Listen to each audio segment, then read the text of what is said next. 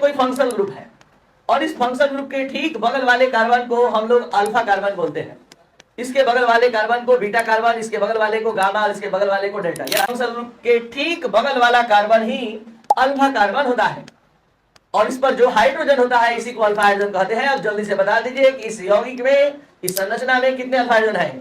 2। अगर आपको समझ में आ गया तो जल्दी से बताइए इसमें कुल कितने अल्फा हाइड्रोजन है?